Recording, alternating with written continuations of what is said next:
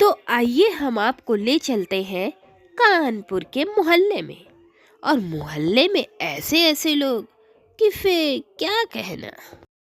अरे देखो सरिता बहन, मेरी बहू के हाल। अरे मैंने इस लड़की के लिए क्या कुछ नहीं किया और सास के बारे में जरा सा सोचती भी नहीं।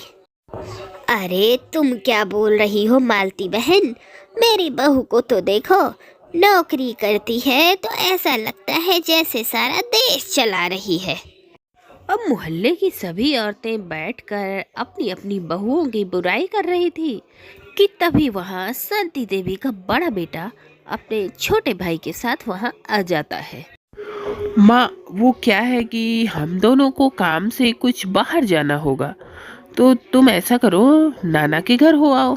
हाँ हाँ ठीक है, माना कि तुम दोनों की कंपनी काम से तुम दोनों को बाहर भेजती है, लेकिन अब मेरे अंदर उतनी हिम्मत नहीं है कि मैं बहुओं के नखरे सह सकूं। अरे माँ, कौन सी बहुएं? अरे तुम भूल गई क्या? अभी हम दोनों कुंवारे हैं, शादी नहीं हुई हम दोनों की। देख विकी, यहाँ की इन लोगों की बातें सुन सुनकर या तो मैं तेरी शादी ही नहीं कराऊंगी और या फिर तुम ले आओ बाहर की जो यहाँ की पॉलिटिक्स ही न जानती हो, सास बहू की। क्यों, ठीक कहा ना सरिता बहन? अरे हाँ शांति बहन, तुम तो हमेशा ठीक ही कहती हो, ना यहाँ की भाषा जाने और न यहाँ के तौर तरीके, और दोनों अलग अलग देश की होंगी तो एक दूसरे की बातें भी नहीं समझेंगी। दोनों अपना अपना बनाएंगी और अपना अपना खाएंगी। अरे आपका क्या है, एक कुक रख लेना। बस फिर क्या था, अब यही इसी वक्त फिक्स हो जाता है कि कब किसकी शादी कहाँ और कैसे होगी। और इसके बाद फिर दोनों भाई निकल जाते हैं काम से। फिर एक दिन माँ, मैंने एक चाइनीज लड़की पसंद की है और माँ, मैंने एक जापानी। तुम कहो तो हम शादी करके आ जाते हैं। अरे तुम दोनों भी ना अभी बच्चे के बच्चे ही हो, कोई काम मुझसे पूछे बगैर करते ही नहीं। अरे बाबा कर लो शादी। अरे पर माँ, एक बार लड़की की फोटो तो देख लो। अरे रहने दे, बस भारत की लड़की ना हो और कहीं की भी हो। अभी ये बातें हो ही रही थी कि एक औरत अपनी दो बेटियों को लेकर वहाँ आती है। बहन जी, ये मेरी दो बेटियां हैं, मैं चाहती हूँ इनकी शादी आपके बेटों से हो जाए। दोनों बहनें एक घर में रहेंगी तो एक दूसरे की मदद करेंगी और हिल मिल के रहेंगी।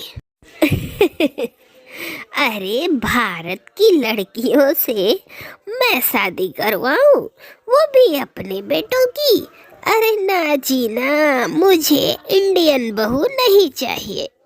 तभी उनकी बड़ी बेटी बोल पड़ती है। अरे कैसी बात कर रही हैं आंटी जी, भारत के संस्कार तो दूर दूर देशों में बखान किए जाते हैं। अरे हमारी साड़ी, हमारे ये ज्वेलरी वर्ल्ड फेमस है। और हाँ आंटी जी, हमारे यहाँ का ये शुद्ध शाकाहारी खाना हमारे शरीर को अंदर तक साफ और दुरुस्त रखता है। देखो ये अपना ज्ञान कहीं और बांटना। मेरी तो बहुएं फाइनल हो गई हैं, बड़ी चाइनीज और छोटी जापानी। तभी वहाँ उनकी पड़ोसन आ जाती है।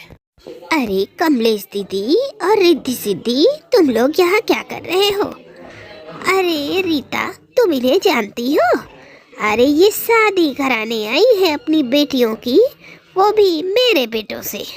अरे हमारे बेटे विदेशी बहुएं लेकर आ रहे हैं, तो हम इनसे शादी कैसे करेंगे? आप नहीं करेंगे हमसे शादी? अरे अब तो हम आपके बेटों से शादी नहीं करेंगे। और क्या, जिसकी सोच बेटियों को लेकर ये है तो ये बहुओं के साथ क्या करेंगी? हर देश में हर जगह के तौर तरीके अलग होते हैं। अब माना कि सास गलत है तो इसका ये मतलब थोड़ी है कि पूरी औरतें ही गलत हैं। अरे माना शांति बहन के दो बेटे हैं, लेकिन मैं जिनके बेटों से तुम्हारी बेटियों की शादी की बात कर रही थी वो इनके पड़ोस का घर है। और वे लोग तो पलकें बिछाकर अपनी होने वाली बहुओं को देखने का इंतजार कर रहे हैं। चलिए चलिए। अब रीता के साथ वो औरत अपनी बेटियों को लेकर वहाँ से निकल जाती है। अच्छा, तो पड़ोस के जय बीरू के लिए इनकी बेटियों का रिश्ता आया है। अच्छा है, जब रोज लड़ाई झगड़े होंगे तब पता चलेगा। फिर मैं इन्हें बताऊंगी भारत की संस्कृति और शुद्धता। बड़ी आई है भाषण देने वाली। बस फिर क्या था, हो जाती है पड़ोस के जय बीरू की शादी इन भारतीय लड़कियों से, और वहीं दूसरी तरफ शांति देवी के बेटों की शादी हो जाती है विदेशी लड़कियों से। माँ कहाँ हो? आज ये जो चाय थी ना, गलती से इसमें फालूदा पड़ गया था। वैसे टी फालूदा बनाया है क्या? अरे पागल है क्या? इस मौसम में कौन बनाता है फालूदा? ला दिखा क्या है। तभी शांति देखती है कि चाय में केचुआ। तभी वहाँ उनकी बड़ी और चाइनीज बहू आ जाती है। Oh, give me my snack. Give me my snack. और फिर बड़ी बहू अपना स्नैक लेके वहाँ से चली जाती है। तभी वहाँ आती है छोटी बहू हाथ में पेपर रोल लिए हुए। शांशुश है। अरे बिक्की बेटा, ये क्या बोल रही है? आज तो इन दोनों की चौखा चूल्हे की रस्म थी ना?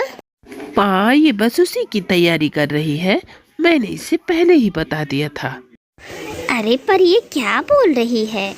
कुछ समझ में नहीं आ रहा। अरे माँ, छिपकली और कॉकरोच और दूसरे कीड़े इसने पकड़ तो लिए हैं। अरे माँ, इतना अच्छा डिश बनाएगी कॉकरोच फ्राइड राइस कि उंगलियां ही चाटती रह जाओगी। कि तभी छोटी शांति देवी को देखकर हंसती है। लगता है बहू कुछ कहना चाह रही है। शिशु सासा सासा। लगता है सास से कुछ कहना चाहती है। अरे माँ, वो कह रही है कि तेरी शकल देखकर उसे बंदर खाने का मन कर गया। तभी वहाँ पड़ोसन आ जाती है रिद्धि सिद्धि के साथ। मतलब शांति बहन जी, आपका चेहरा उन लोगों को बंदर की तरह लग रहा है। अब शांति रिद्धि सिद्धि को देखती है कि वो बढ़िया सी साड़ी में है, और अपनी बहुओं को देखती है जो हाफ पैंट में है। अब हाँ, तो क्या हो गया? भूल गई क्या? हमारे पूर्वज बंदर ही तो थे। देखा दीदी, इनकी बंदरों जैसी सोच और शकल आज भी है। अरे ऐसा नहीं बोलते सिद्धि, वो हमसे बड़ी हैं। वैसे आंटी जी, हम इसलिए आए थे कि आप हमारी शादी में नहीं आई थी। ये लीजिए बेसन की सब्जी और ये पूरा खाना। वो क्या है ना, आज हम लोगों की चौका चूल्हे की रस्म थी, तो हमने सोचा आपको भी खिला दें। वैसे शांति, तेरे घर पे भी आज चौका चूल्हा।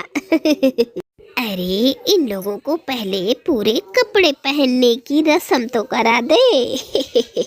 अब सभी को देखकर शांति की चाइनीज बहू बोल पड़ती है। छीछो छे छे छे छे छे छे। अरे ये क्या बोल रही है बहू? तभी उनका छोटा बेटा धर्म बोल पड़ता है। छू छे छे छे छे छे छे छे छे। अरे देखा रिश्ता, कितने पढ़े लिखे हैं मेरे बच्चे, चाइनीज में बात कर रहे हैं। वैसे आप समझ रही हैं कि वे क्या कह रहे हैं आंटी जी? हाँ, आपकी चाइनीज बहू कह रही है कि वो और दिन आपके साथ नहीं रह सकती, तो आपका बेटा कह रहा है कि कुछ दिन और झेल लो इस बुढ़िया के साथ। ये बोला तूने? क्या इन लोगों को चाइनीज आती है? हाँ, और हमें जापानी भी आती है।